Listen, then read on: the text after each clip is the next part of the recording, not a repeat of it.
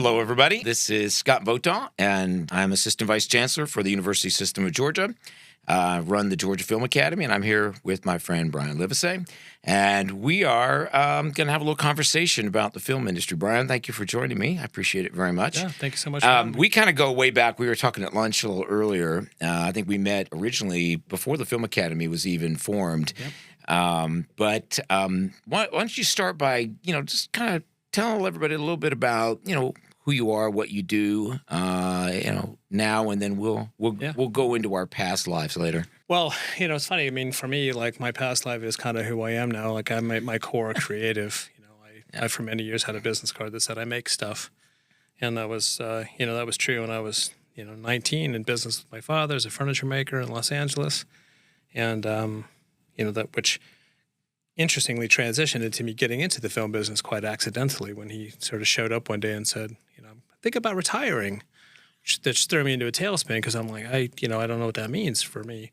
And I went, in a matter of about 3 weeks, I went from building, furniture, tables, chairs, case goods and things like that to building a spaceship.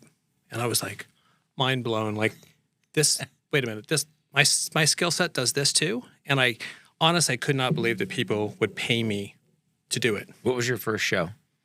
Well, I was at a scenery company which doing that was it was a Pepsi commercial, and it was it was a Super Bowl lead in. It was one of those. It was just a long string of things that we built. And as a set carpenter, you get a set of plans and you start you work with the art directors. And my ambition was art direction. I didn't know that when I got the job, the first part, but as soon as I started meeting the art directors, I kind of my compass started pointing that direction. I'm like, that's what I'm interested in. Were you always good at art, Brian, or is that something that came later? Yes, I think so. But it's really about my father was, you'd have an idea, you'd take a piece of paper and a pencil and you'd begin drawing it, and then you'd go out in the shop and apply the tools to the wood in my case, and you'd end up with the thing, whatever came out of your head. So I learned that process very early. And so art direction was real clear, man walks into a bar in a script. Well, I've got a picture of a bar in my head. I've got a picture of what the set and settings look like. So it wasn't really a matter of time for me to kind of put the two together. And it felt kind of downhill for me. It felt like downhill in terms of the slope. It was an easy walk because I would just gain speed. I would want to keep doing it because I was having so much fun doing it. Yeah, so you're talking to someone that has absolutely no artistic skills from the standpoint of drawing or I've tried to work with wood, and usually all I get is splinters. So and hopefully some sawdust. I'm glad. But I had other skills, right? Now, my background, I was telling you, was as an AD. So organization, structure, facilitating. So it's funny. This industry has a lot of different jobs in it. So where did you go then? You started working you're at a set construction shop company, and then how did you transition into the being on set, maybe doing set deck and all? I mean, as soon as I started meeting, we worked as a set set carpenter. You work for the art director, right. So as you start working for the art director, and I was kind of like, I want to do more of that. So I started moving into more of the art department, and I landed a job as an art director on a show. And I thought that was great. And then I took an interview for a friend of mine who was a sort of a budding producer in LA at the time called me. It's so funny. His name's Aaron Radner. And he called me and he said, hey, I'd like you to come interview for the production design position on this little feature I'm doing. And I said, what's a production designer do? And he goes, he builds all the sets and stuff. I'm like, oh, I could do that in my sleep. Yeah, sure. Let's go interview. And I was enthusiastic and I really wanted the gig. So I read the script. I thought it was fun and interesting and, all of those things. And again, it was one of those things where I could not believe I got paid to do it. And then really quickly, right thereafter, I landed with my first mentor. It was an old production designer named Chuck Connor, and did the Keenan Ivory Weigh-In show in LA. And I was the assistant art director on that show, and that was sort of tantamount to film and television boot camp. It was a ton. It was a talk show, 5 guests a night, 5 shows a week, or 6 shows a week, but it was also kind of a blend of sketch comedy. So we had 35 or 36 people in our department building sets every day from scripts that we would get at noon. We had to roll them live to tape at 6 p.m. it was madness, and I learned everything. Yeah. Learned how to work fast. Learned how to think outside the box. If there was ever even a box, that's a discussion we can have. But yeah, it's kind of funny because so many people, they see the end result. And I think you and I talked about it earlier too. It's like magic, it just kind of happens, but it doesn't really just happen, right? Yeah, it's as far from not just magic as a possible thing. I think when we talked to you, it was one of my lines is the most magic thing about film and television is that there's no magic involved. It's a bunch of people doing real work. And yes, there are things that we don't understand. I'm not a computer graphics person. I don't know exactly how that works. I see it, so in some sense, it's a little bit of magic in that. But for the most part, it's a lot of people. It's drawing pictures, whether it's on a computer or by hand. The guy swinging a hammer, set dressing, decorating, camera, props. All of every piece. I'm not leaving anybody out of that equation. It's just it's a lot of work centered around one thing, which is amazing, which is art. And ultimately, that art sits upon business. And that business is really the thing that kind of feeds it. Yeah. But the business is best served by letting the art have its latitude, because it has to have that latitude or it falls apart. It's like any manufacturing has to have a business behind it. And basically, you're manufacturing art. Yeah. But there still has to be a business model. Yeah. That's real important. I think a lot of people think it's all creative. And while what we make is creative, the end result, the widget, it takes a business model to be able to fund that widget making or that creation. Yeah, and part of that, I think a lot of it starts with, what you guys do at the GFA is a lot of that is understanding what the components of the business model are, so you can kind of integrate into that. We were joking a little bit ago about your second AD, you're being a second AD and my being a set carpenter as our kind of first introduction into the business. But I see a lot of creativity in second AD. Maybe you didn't, but I did, because you have to wrangle. All of the bits and pieces have to show up at the right time.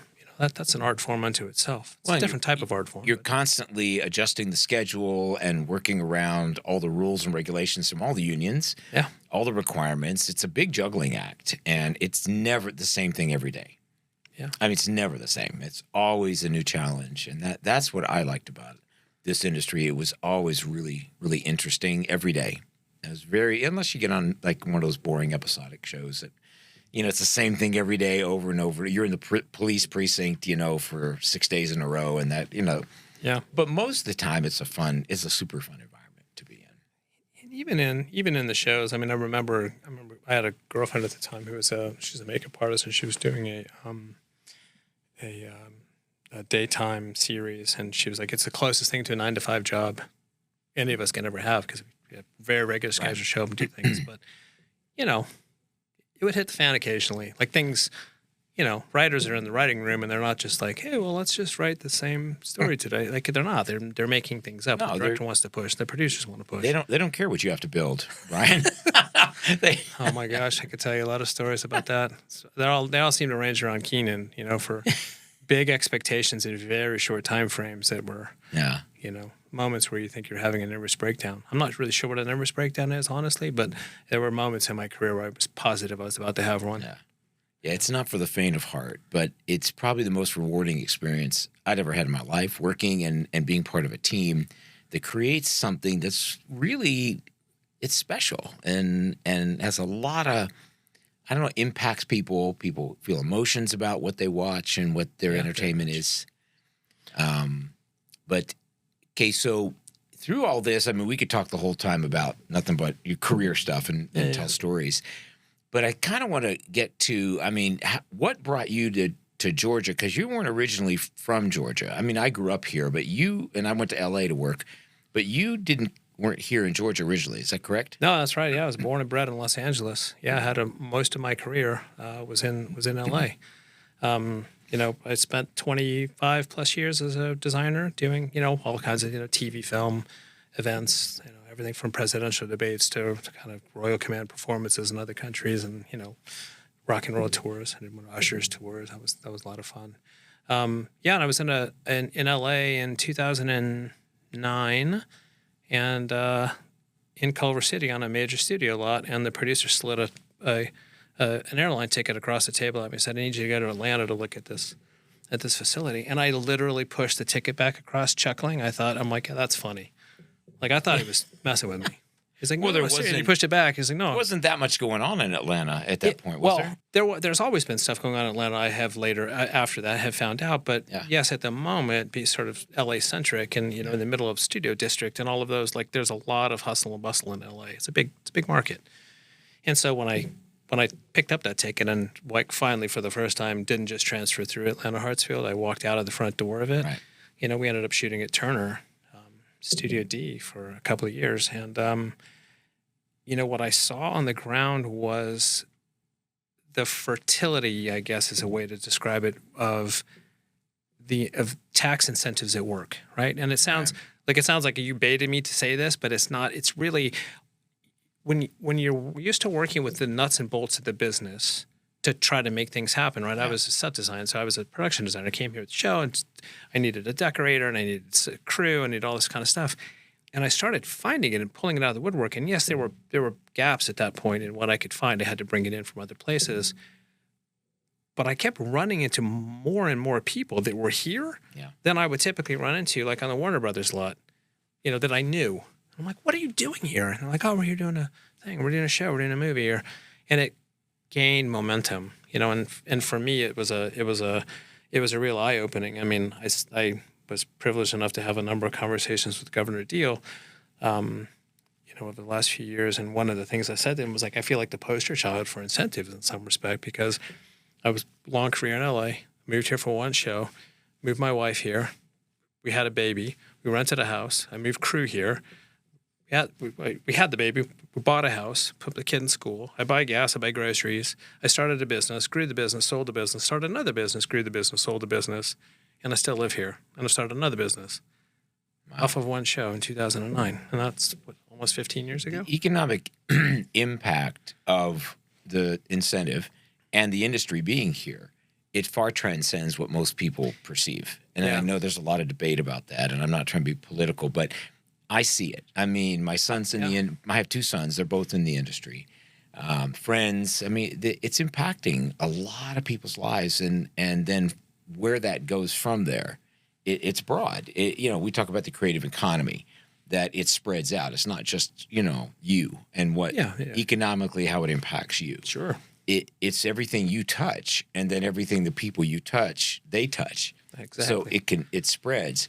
But you were talking about business. So I think when we first met, you were one of the principals at Atlanta Metro Studios, which was one of the first purpose-built, was it not? Or one of the we came out of the ground in 2014. Yeah.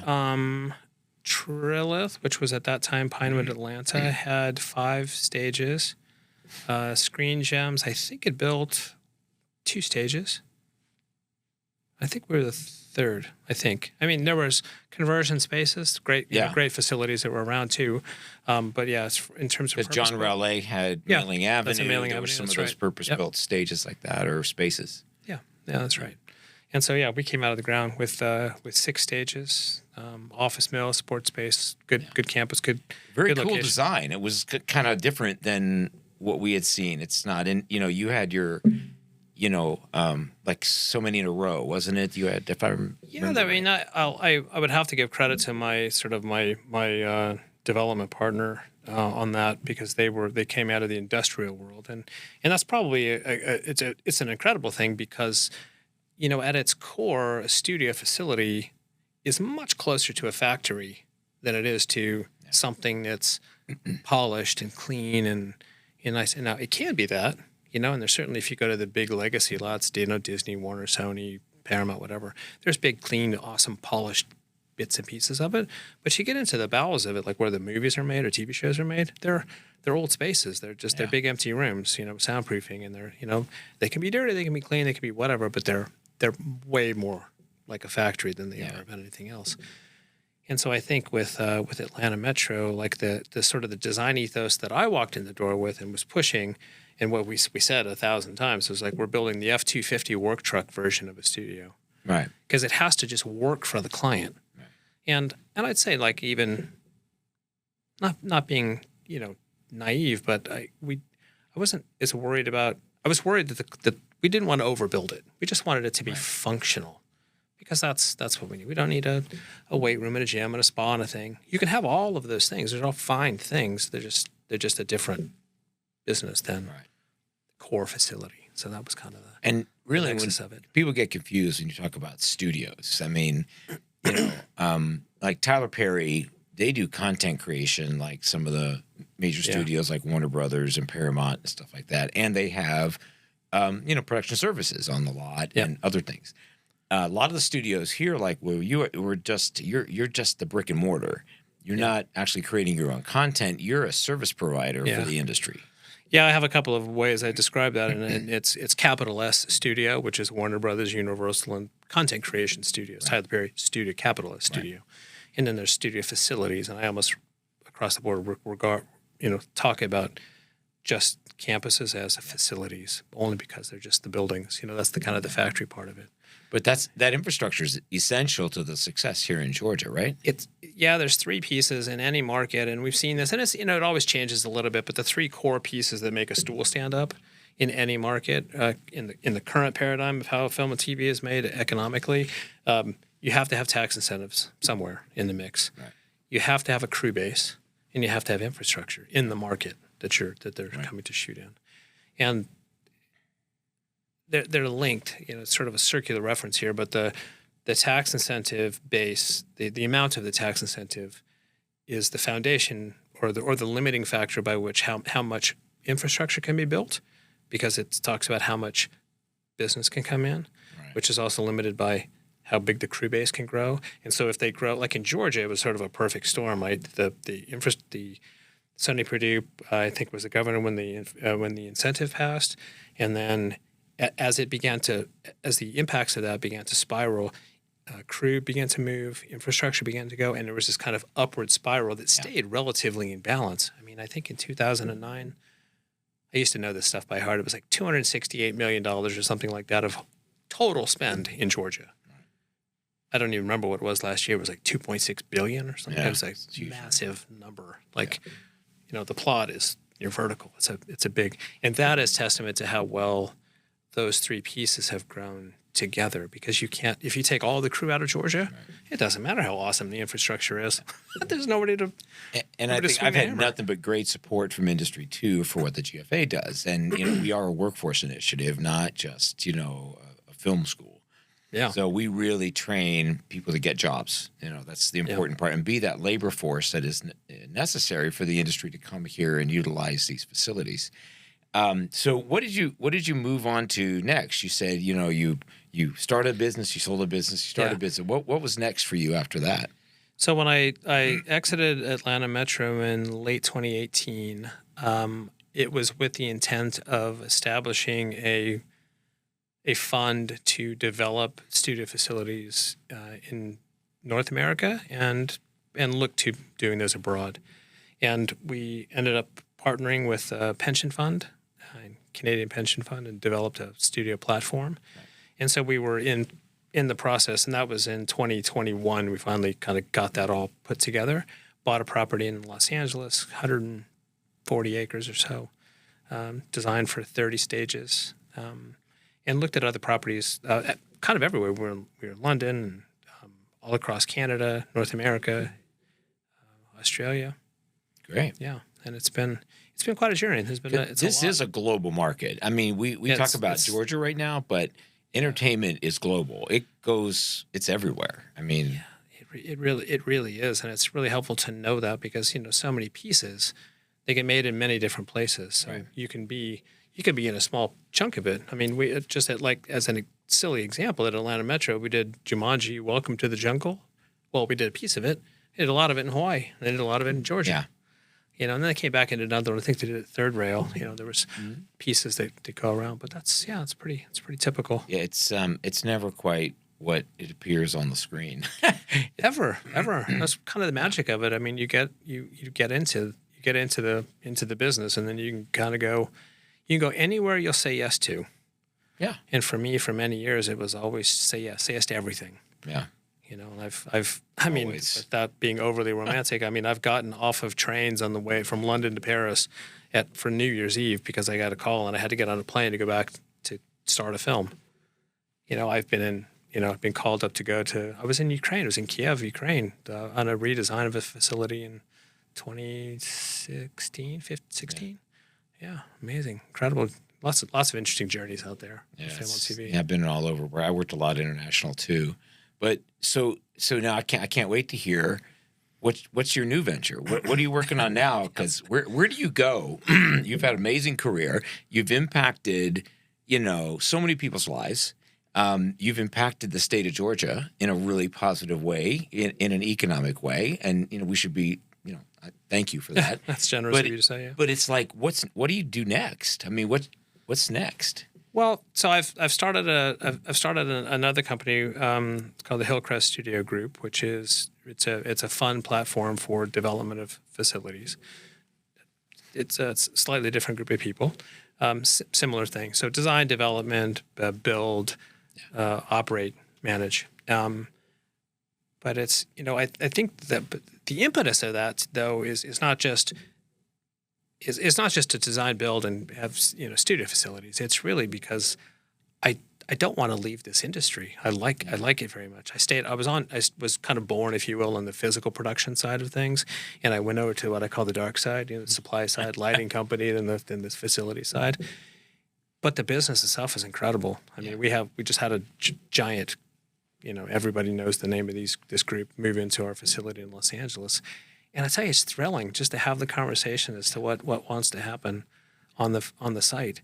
And also know that I'm not in the physical production side, so I get to go to my son's baseball games on a fairly regular schedule. And that's important. I mean, I see a lot of people, they want to come to Georgia because they have also, compared to Los Angeles, which can be a little crazy, but it's 3 hours on the freeway. Yeah, it's 2 miles. You have a little more time to spend, and they have their own issues there. We'll just leave that. Of course, yeah. But I have a lot of people that listen, that are, maybe young, or they're thinking of they're adult learners. They're trying to rebrand themselves or retrain themselves to a different area. They're not maybe what they went to school for. Sure, it just didn't work out. So, what advice would you give to someone that goes, I think I want to work like Brian. I want to get into the industry. What advice would you give them? Oh, there's a lot. I think that an understanding of like for me, when I understood that I make stuff, which was my little catchphrase for me, I make stuff. When I understood that, everything became a little bit easier and clearer because it kind of fit under that umbrella, or it didn't, right? Yeah. And so that was sort of my sort of ethos, if you will. I think if you want to move into the film and television business, the first thing to realize is that there is a lot of horizontal movement in this business. I mean, you could be a set carpenter, you could be an electrician, you could be in special effects, you could be in hair and makeup and costume, and there's another 40 categories that we can roll off, and all of them require time, attention, and skill from normal humans, like people, to learn how to do it. And for the most part, and this actually goes back to like even before GFA was called the GFA, what attracted me so much to the process of how you guys do things is that you taught people real skill. Right. Like you put them in the game to show them how the game is played. And that's key because the film and television business is such an odd space to be in. Kind of learn it conceptually, but until you see it played, it's a little bit, it's difficult. So what I would say is start by figuring out, like, maybe just get in any way you can. It's usually a PA. It's usually a lowest level position. Start to look around and see what is interesting to you. Because, I mean, there are people who want to be makeup artists. I had actually, that same girlfriend I told you about the time, her father was the president of the makeup union, Leonard Engelman. And he was like, I'll teach you how to be a makeup artist. And I was like, nah, it's not, it's not, I don't know. Dumb. I should have done that. It was, it was incredible. Incredible. That would have been an incredible journey as well. But my response to it was exactly perfect for me. I wanted to swing a hammer, not wield a paintbrush, even though I went to school for wielding a paintbrush. But nonetheless, and then once you get in the door and kind of see a little bit of what the lay of the land is, say yes to everything. Start walking down the path. Because ultimately, the hours tend to be long, they tend to be very rewarding hours. Mm-hmm. You know, it's not really a 9 to 5 kind of thing. You have to really, you know, be prepared for that. Be prepared for it's going to be it's going to be slightly more oddly shaped than some other things. Require some attention. In a traditional job or career. But you get it back on the other side. Absolutely. Like I would disappear for 3 months on a show, and then I'd come up with a month off. And a bank account full of money. I'd be like, okay, let's go somewhere. You know, as a young person, that's like, that's heaven, right? Exactly. There's a really good balance in that. You know, it's you know, and as families take over, it changes a little bit, but by that time you might have some different experience. Yeah. But I say go into it, like jump in the deep end of the pool is kind of maybe ultimately what I would say. Is, you know, and that's say yes. You know, our whole purpose with GFA is to give the student the tools. You know, or give the Georgia. That's the jumping off point. Tool. That's incredible. And then when they go in and get their opportunity, they've got some skill sets they can show, and they can be you know, because it's a business, and if I can't make money off you being here, then you know, which means you know, you don't do your job.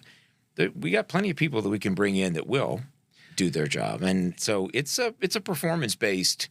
But I really want to reiterate though, it's that easy. Like it's learn some skills, apply the skills, keep saying yes. It's not brain surgery. Like Ron Stevenson, senator, representative. I'm probably going to get in trouble for not remembering which side of the house he sat on. Was responsible for the tax incentive. You know, writing some of the legislation. Mm-hmm. And we toured him around Atlanta Metro when we were loading in the stage, and he looked at this room. There was probably 120 carpenters and others, you know, doing the thing, you know, getting ready for the show. And he just stopped and he's like, I had no idea that there were this many people working. And again, the most magic thing, no magic. Like, carpentry is not magic. No. It's work. Like, it's real work, but it's not magic. And so the barrier to entry is relatively low. So I really do encourage people, if you think it's something you're interested in, take a step toward it. Right. You have the perfect doorway, like literally the perfect doorway.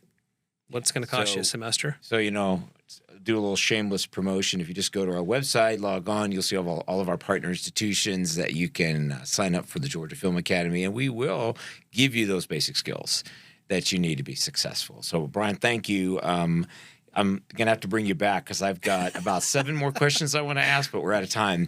But I really appreciate you coming by and joining us on the podcast. It's a pleasure to see you again. You too. Good luck with your new venture. Thanks.